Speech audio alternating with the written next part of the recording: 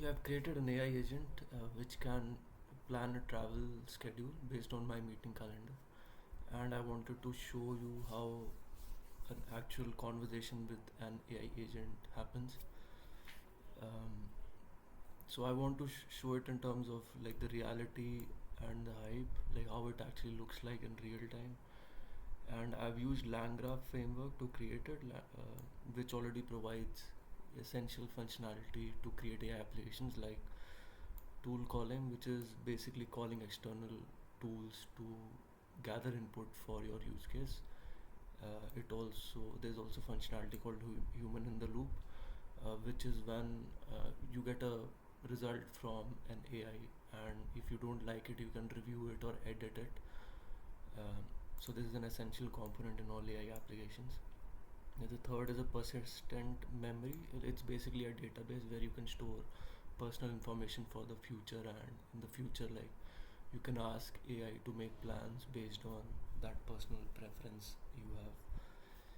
And also I have a basic MCP server, which is nothing but a way to interact with external applications.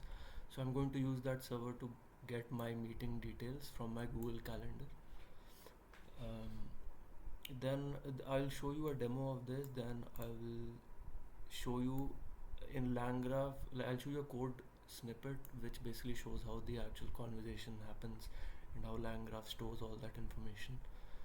And I will after that I'll show you how different AI models will give you different results. So many companies are making AI models, and what I found, I've used two of these models now. I found that they are very different in the responses they give. So I'll show that, and then each of these plans and the usage of this AI actually has a cost, and I'll show you the cost for it. Okay, so I'll start. First, I'll just write down some things so we can. This is like my current cost that has been used to develop while my during my testing. So we'll just keep this initially so that we can figure out the final cost it took to create that plan. And then I used another AI from OpenAI Chat GPT. So that's 0.43. I'll store that as well. This is my meeting calendar. These are some dummy meetings that I put, but the information like the location and the timings are according to places that exist near my city. So I put these in three different cities. One is my city. The other, some of these, like the other, these two meetings are in different cities than my city. So it covers a total of three cities. And then I put a flight also, a dummy flight here. I'll show you what my database looks like currently. So it will be empty, and when I store my personal information, it will come here, which I'll show. And there is also an initial prompt I will use. So this is the initial prompt I'll give it, and we will try, based on the response, if we like it or not, we'll try to improve it by giving it feedback. So like I want to create a travel itinerary planning assistant, and I tell some rules which are strictly to be followed. If the estimated travel time is less than 1 hour, add a buffer time of 15 minutes. If it's more than 1 hour, add a buffer time of 30 minutes. Similarly, I tell it to use my stored preferences, and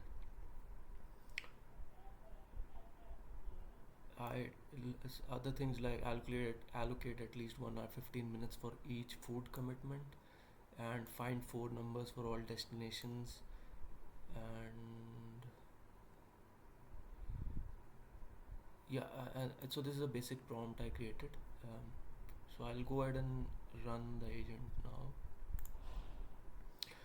Okay, so it says, hi, how can I help you today? So I'm going to start giving it some personal information.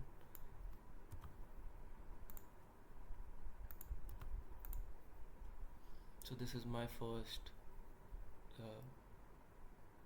information that I give it. So what happens, let's see.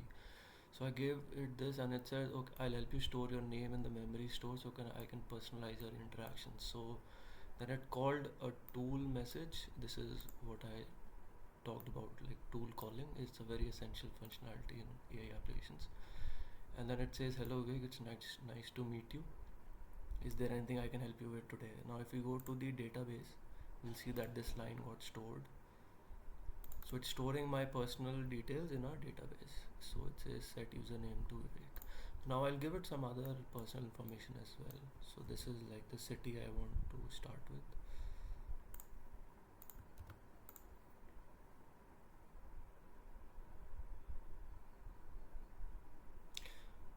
So it also stored this in my preferences. It says thank you for sharing. I've noted that you live in sector 42. So this will be helpful for the AI to know the start location for my meetings. And then I'll give it some other detail as well.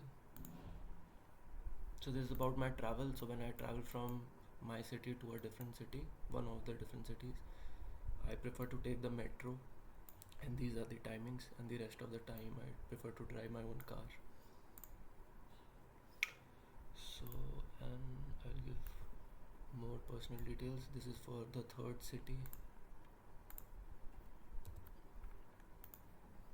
And again, you can see that all of this is actually I'll show you.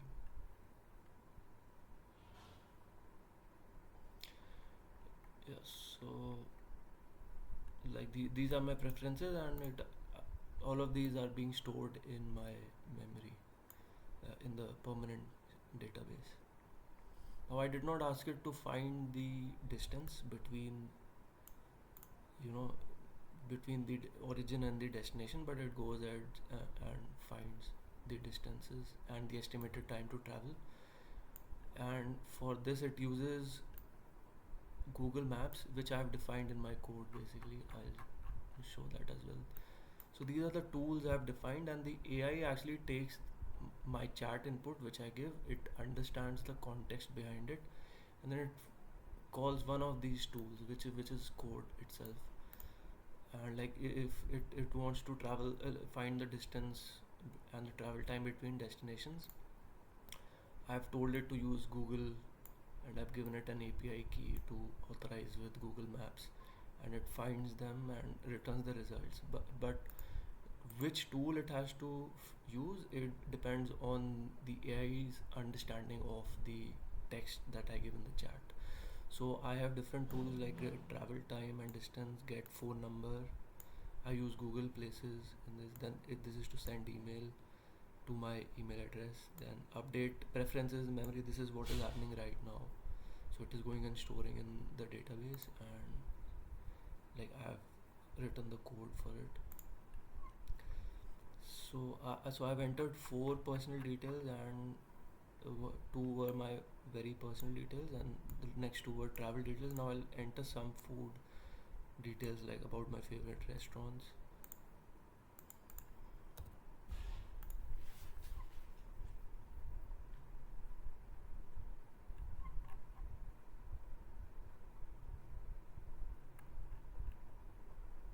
So it hangs a bit when it's processing it. So this was my chat message that I sent, and it says I'll store your preferences, and it called that tool update preferences in memory, and then it found a phone number which I'm not asking it. I was supposed to ask it further in the demo, which I will do. And let me just store these last 2 preferences as well.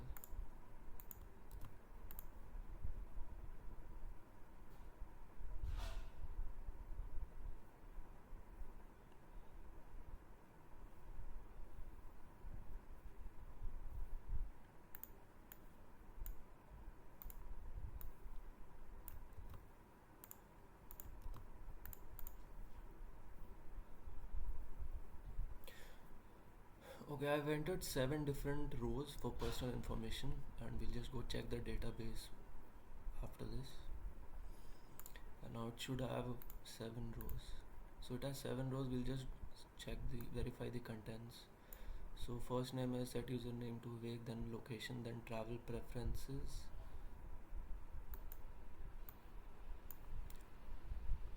So this is for the Delhi route from Gurugram to Delhi. This is for the other route, Gurugram to Noida.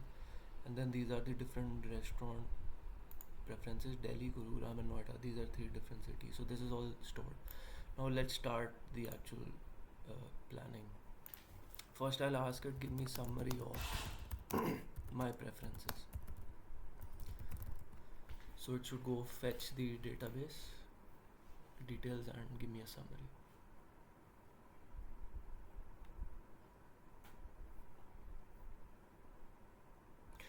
So it's returned with this. Here's a summary of your preferences, personal details, travel preferences.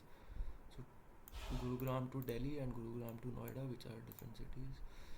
Then it gives me again about my favorite restaurants. So this is good. Now let's start with this prompt that I prepared to create a travel plan.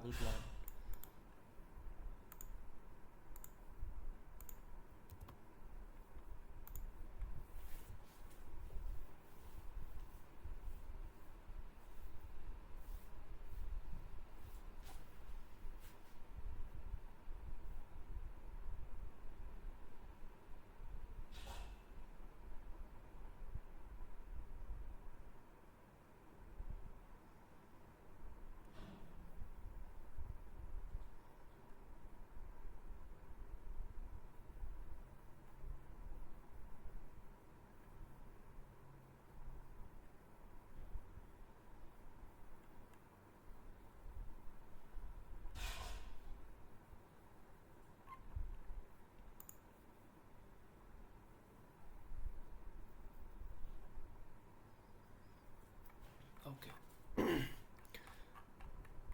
So I gave it this prompt. Sorry. Now let's see one by one what happened. So it says it returned a message. I'll help you create a structured daily itinerary. However, I noticed I'll need to first retrieve your existing events. Right. So then it calls get Google Calendar events, and then it gets the details of my meeting. So Monday, this is the meeting. Then Tuesday between these times I have two meetings, and then Wednesday I have a flight. So this is in accordance with my calendar, which is this: Monday one meeting, Tuesday two meetings, and then Wednesday is the flight. So it has got the meeting details. Then it says now I'll generate a detailed plan, and then it starts finding the travel time and distances using Google Maps. So our first so this is my home destination I have entered, and this is my first meeting. So it goes and finds the distance. So it is using Google Maps, and it finds the distance as 2.1 kilometers and 5 kilometers. That's great. Then it gets the phone number of the Google place, which is the meeting place. So and it got the phone number of this place. Now let's check if this is correct on Google. Okay, so it says 1-800-999-000. Okay, so that's correct. So it found it from Google. Then next is okay. So it prepared a Monday plan. Then next thing is it. Okay, so going back to my calendar, my next meeting is in a city which is about an hour and a half away, and then again my starting location will be my home, which is sector 42, which I gave in the personal preferences. So now it goes and again it wants to find the travel time and distance. So it goes to origin and the destination, and it finds the distance is 46 kilometers and the travel time is 1 hour and 9 minutes. And actually, if we want to confirm this on Google,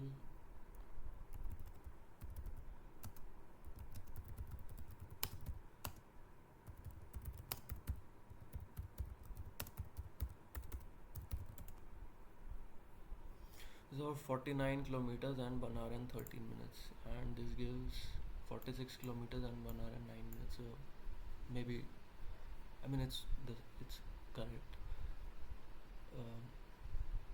Okay, then it goes and finds the phone number of the place. So this is last digital 11114.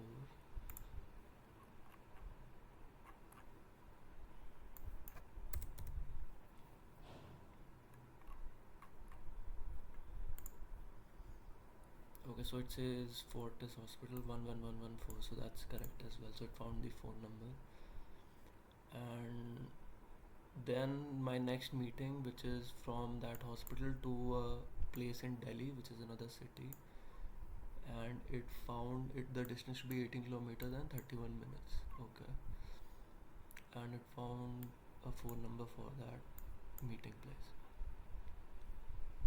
So eventually it will give me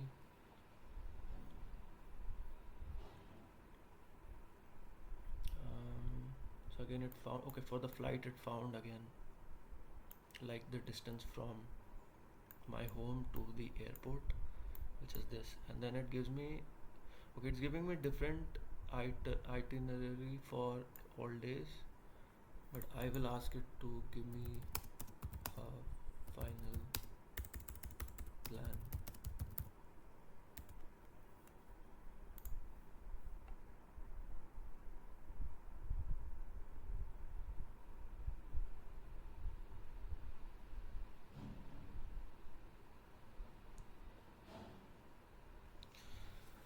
Okay, so it gave me a final plan. So here's the final comprehensive plan, taking all into account all the details we have discussed. So it shows origin, destination, distance, and this, and then there's a meeting from 5 to 6, and then I go back about 6:10 to 6:15.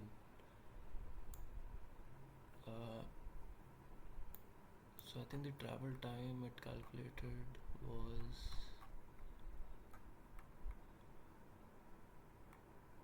yeah, travel time it calculated was 5 minutes, so that's correct.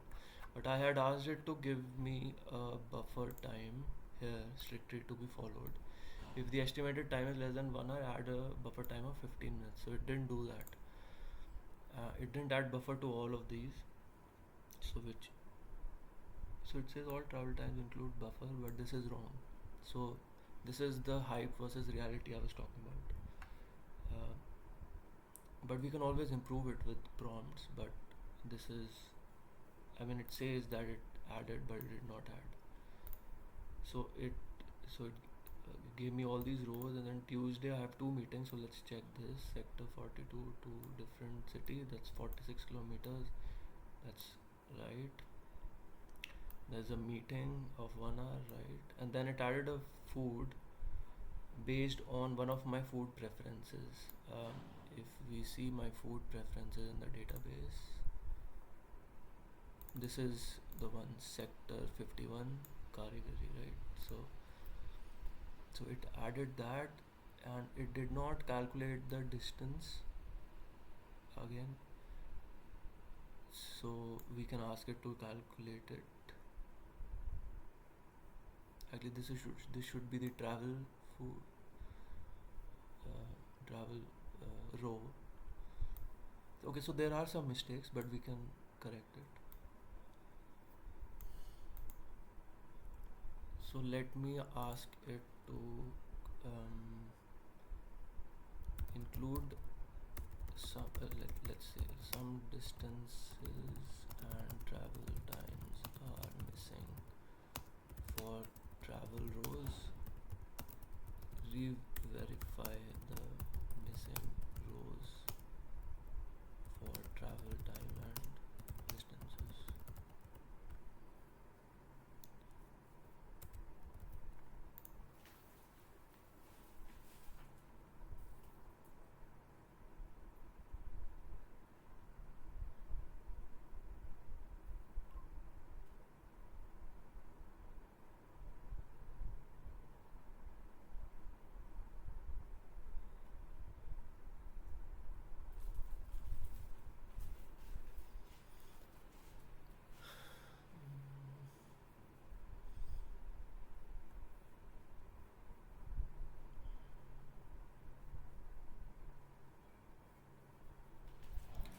So I find this food row to be wrong because it's supposed to have a travel row from the hospital to the restaurant, and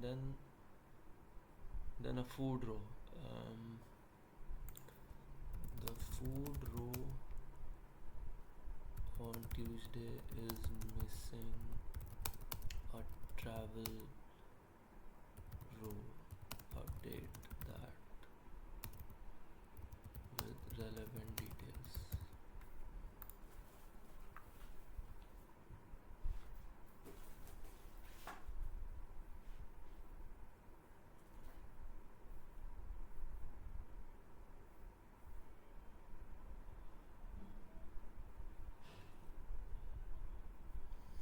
So it now, let's see, sector 42 to hospital. That's my first meeting for that day, and then there's a meeting at the hospital, right?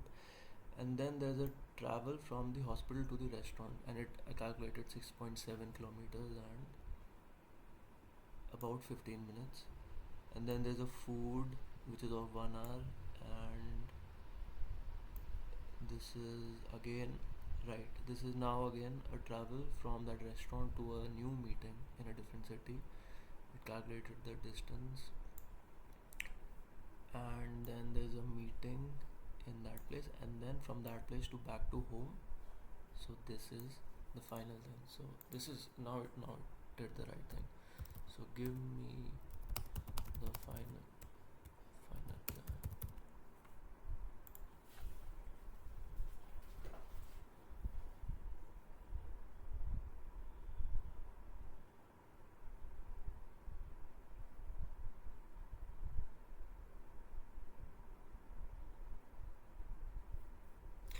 Okay, so the final plan is correct now.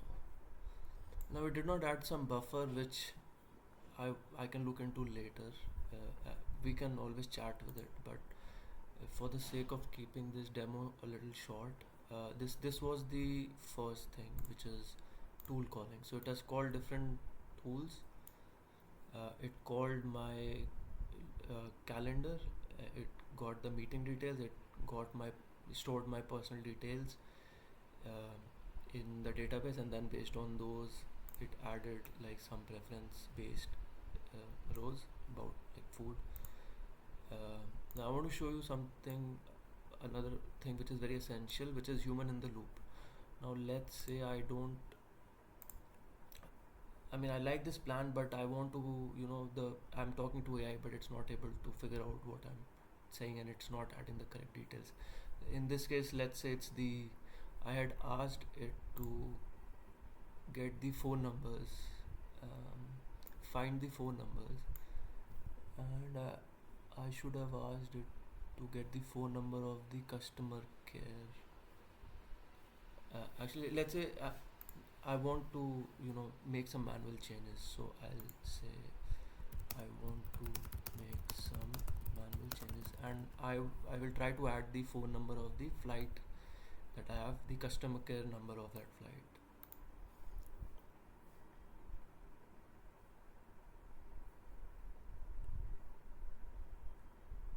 Okay, so it says manual update required, please provide input. So Control C.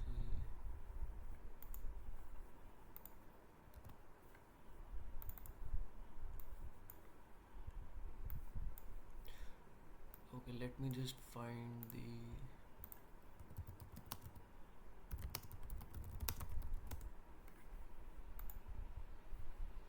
so this is the customer care of the flight that I am going to take. So I will just enter it. That's the let me enter it here. Okay.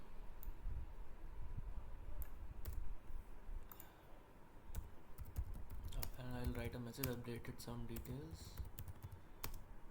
Keep this as the final plan.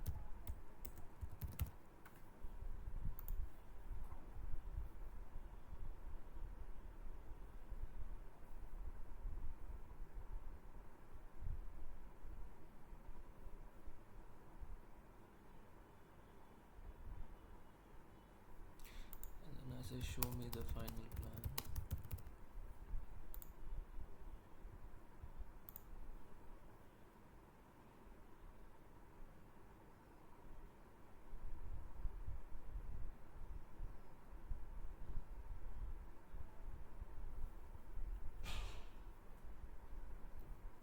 Okay, in the final plan now it has that information. Now let's say that I'm happy with this. Now I'll just tell it to send this to me in email.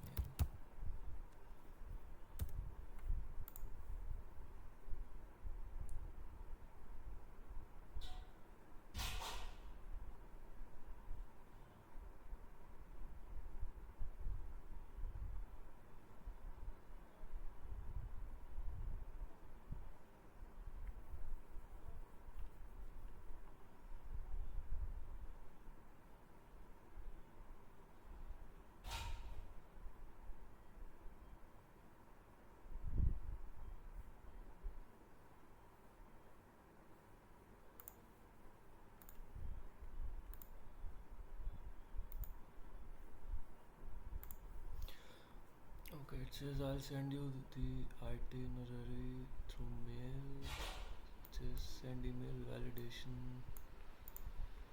As for the error, I'll send you again with a detailed email query. Send email.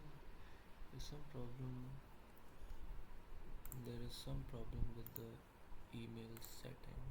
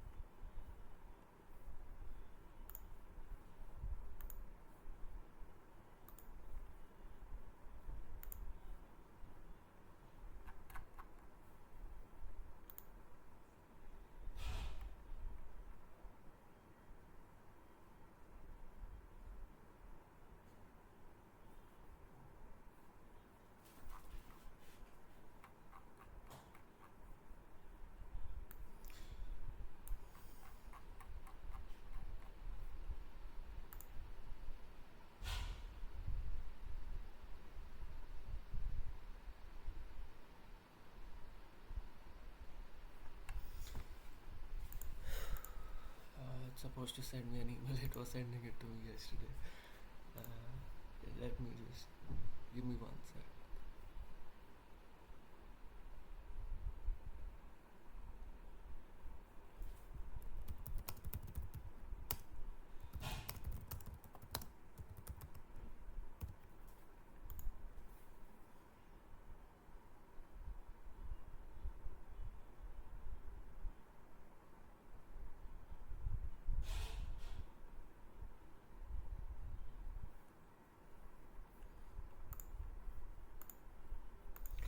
So it is sending email, it's just not able to send that plan.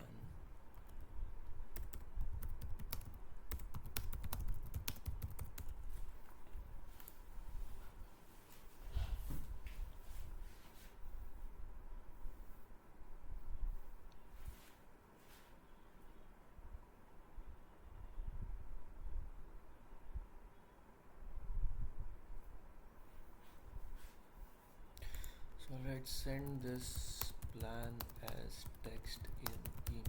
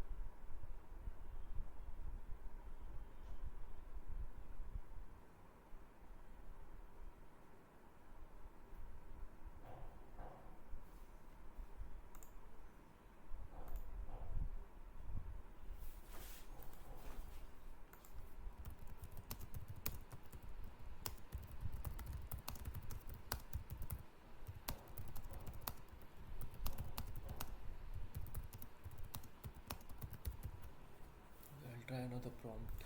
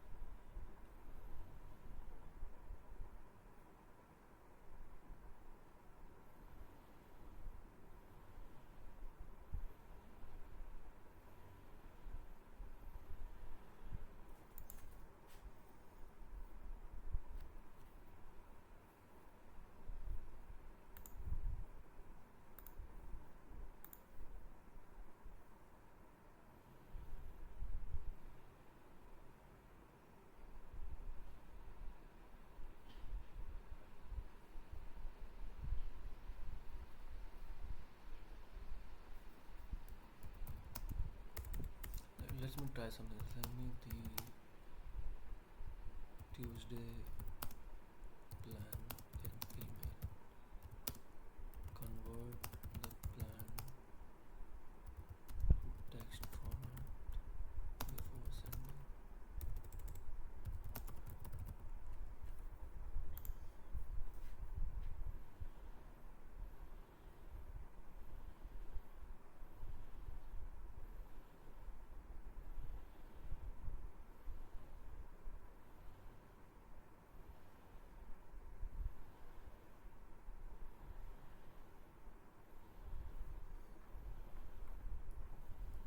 Okay, so I think this time it's sent this.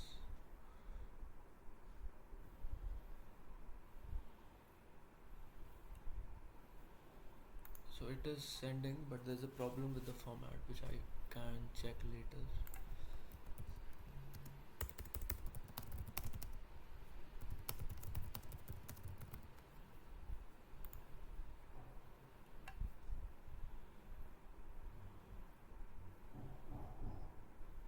So this is the last prompt I'll try, and then I can check this later.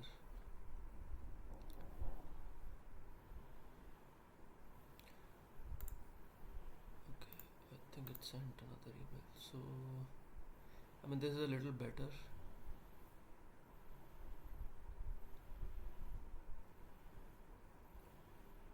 Yeah, so it is sending email. It's just there was some issue, and I can check about that later. So going back to this, so now I've shown tool calling, human in the loop.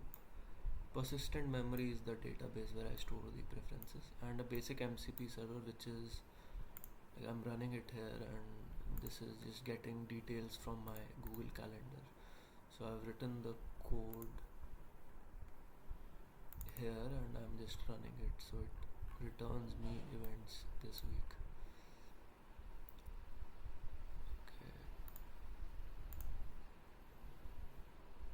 Okay, so this I wanted to from this demo I wanted to show what talking to an actual AI agent looks like. It's not perfect, um, but we can converse with it, and it will understand the context and then try to give responses, but those responses are not always perfect. So but we can converse and get to the solution that we want, or close to it. Okay, so this part I've demoed, and let's also see the cost now. So it was 1.88 when we started, and now it's 2.37. So it's almost $0.50. So the cost for this whole conversation was $0.50. And yeah, I'll show this, and then in the end I'll show this. So how different AI models give different results. So let's go back to the very starting and go back to the prompt where I gave it that first prompt, which was like a very big prompt of this one, of making the travel plan. And what it returned was, give me a final plan. It returned this. So let me store this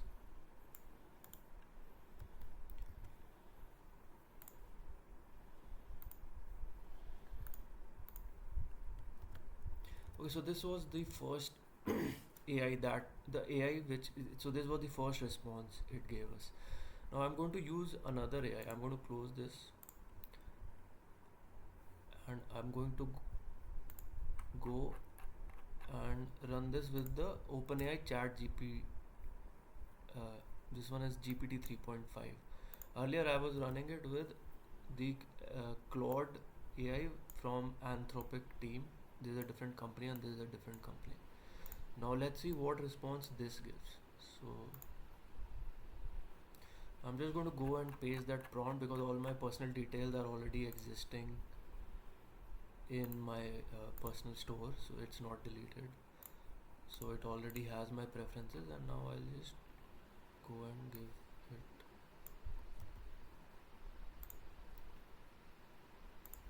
this prompt.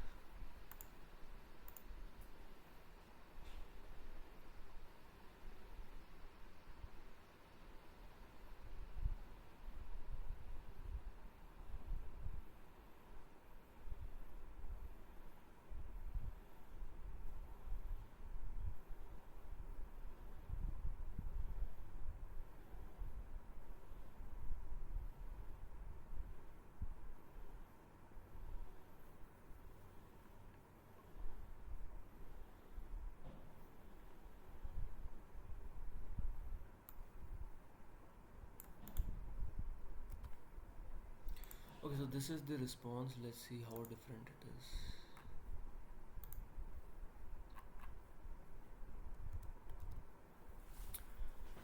Okay, so Monday, the origin destination is correct, the time is correct, and there's a meeting and a travel. So this is correct. I mean, it's actually I think I didn't say. It has the phone numbers as well. It has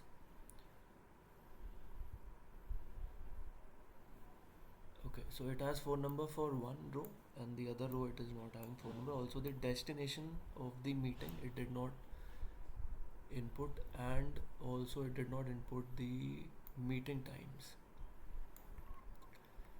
of my actual meeting, whereas in the first one it actually put 5 to 6 p.m. and it had the origin and the destination at the, at the meeting place. So this information is missing. Then for the next day it is having, this is correct, phone number is there, then there's a meeting, again some details missing for the meeting, and this also did not give a food option, whereas this one gave a food option.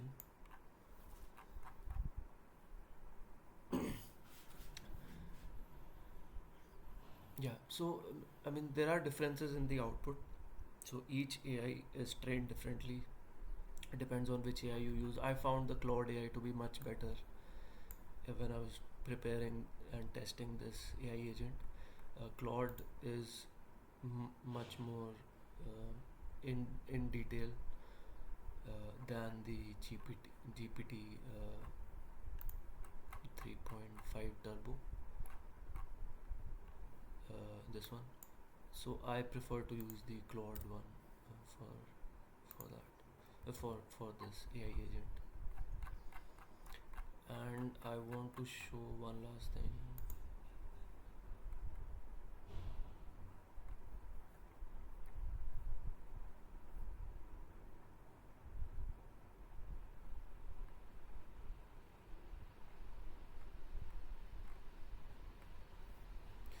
So I wanted to show you in LangGraph how like the actual conversation looks like in code.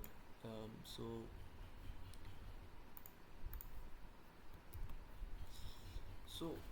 how LangGraph, this will take like 2-3 minutes, but I want to show you the messages and the message type which get exchanged,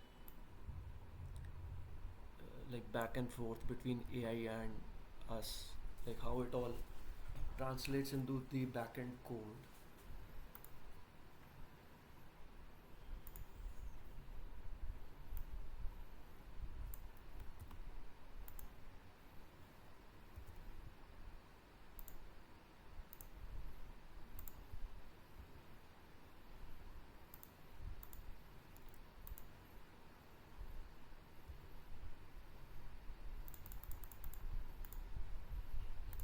let me just go to the last message. Okay, so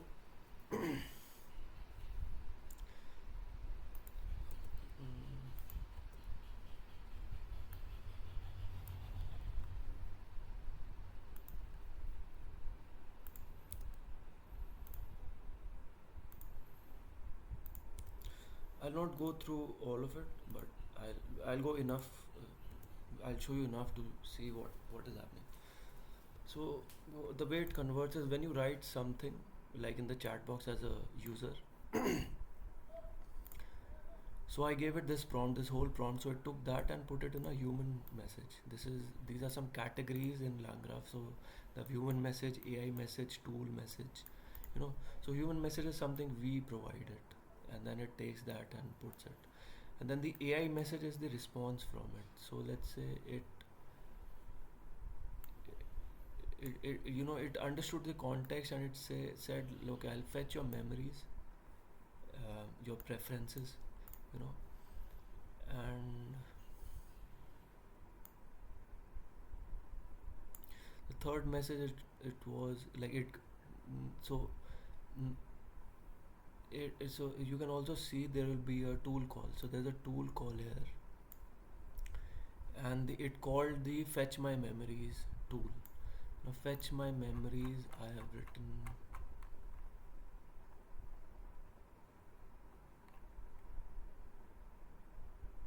here. So it understood my text, like the input I gave it, and it understood the context, and it called this one. And then it fetched from my database, like my preferences. After that,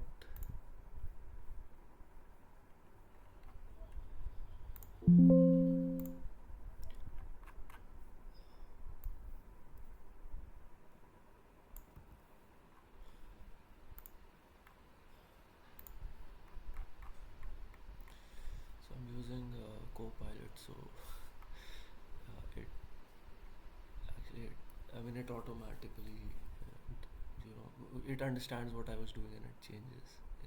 It expands it basically. So first message was my prompt. Second one, the AI understood the context and called a function. The third is like the result of that function. So it's called a tool message because it called a tool, and then it returned that, and then again it sent me an AI message that I've so okay. So the next message, it was like first message was I'll get your preferences. The next, it says I'll get your Google Calendar events, and then similarly, so it shows all these messages. So it converts all of those, stores it into a particular message, and then gives back the context in that way. And you can see that here also, like it's the same thing here. That's how it. So it stores each one. Okay, the first AI message was, okay, I want to call a function which can get you the memories. Like, I'll fetch your memories. So then it results the message of that function call. So it says, okay, I fetched your memories. These are your memories. Then it says, now I'm going to get your Google Calendar event. So I'm going to call that tool. Then it got the answer from the Google Calendar, and it showed us that. Then it understood that, okay, I have to find the distance between your origin and the destination. So it called that tool. Then it got the answer, and it showed that. So similarly, it keeps on and on. It keeps going on, and then that's how in the backend it stores the information. This is LangGraph specific. I haven't tried it with other tools, other frameworks. So I've been testing it with LangGraph. Okay, so this is what I wanted to show. I wanted to cover all these things. Yeah, thank you.